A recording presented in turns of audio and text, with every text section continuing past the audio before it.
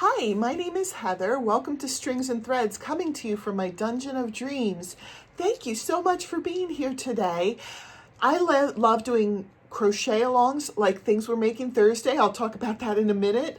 I love making video tutorials, and I love talking yarn, crochet, and knitting with all of my friends. That's you. So if you enjoy the same things, I encourage you to subscribe and become part of all the fun things we do here. Today is Things We're Making Thursday. It's a collab that started almost 2 years ago.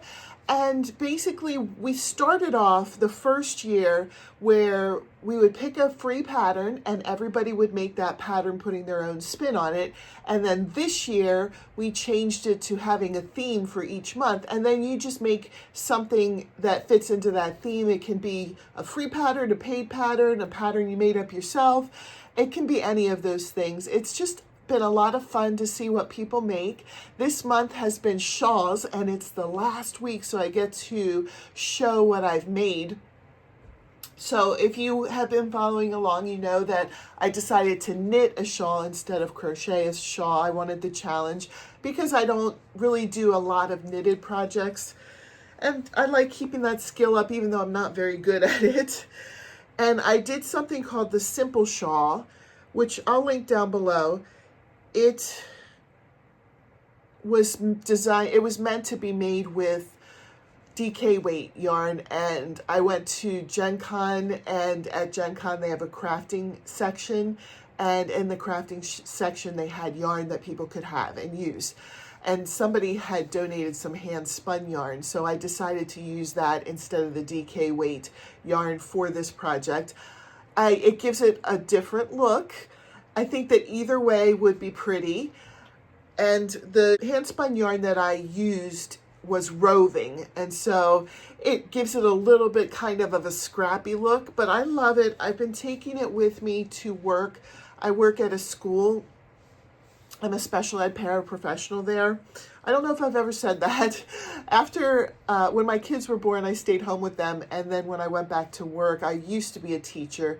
It was hard to get a teaching job because when you have your master's degree and so many years experience, you're too expensive. And since it's a unionized job, I can't say, oh, I'll just take less for the job. So they end up hiring people fresh out of school over people with experience because it saves them money. But anyway, so I couldn't get a teaching job, so I decided to do that so I could be on the same schedule as my kids. Anyway, this is getting too personal. So,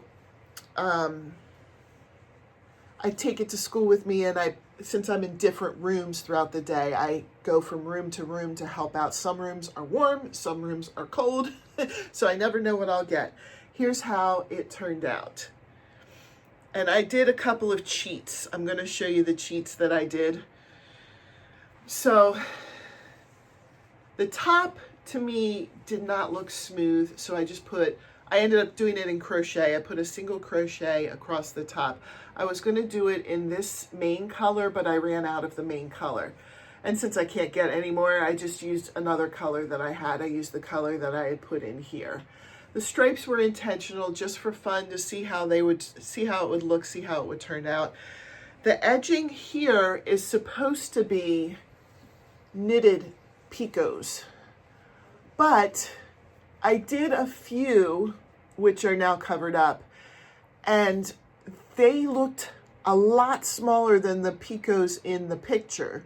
You can almost not even notice them, and I followed the directions to a T. And to me, it was very tedious knitting those picots. So I stopped after I had only done a small portion, like maybe up to here. And I'm like, this isn't working. So I finished it, and then I went back and I crocheted the picots along the edge here.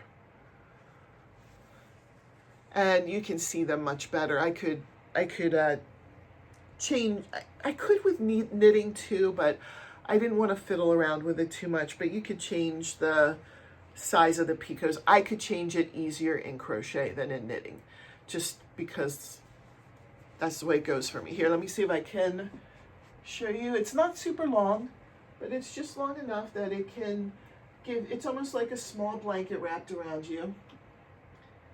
And it can give my shoulders and arms a little bit of warmth if I'm in a cooler room. So next month is something Halloween, so stay tuned for what I'm going to make for that. And I hope you join in. You can join in by either, if you're a content creator, just make videos and use the hashtag TWMT. There's nobody you need to contact or tell that you're doing the collab. We're just finding each other through the hashtag. And if you're not a content creator, there is a Facebook group, which I'm going to list down below, and you can join the Facebook group and show your makes on there. I hope you have a great day. I'll see you in my next video. Bye.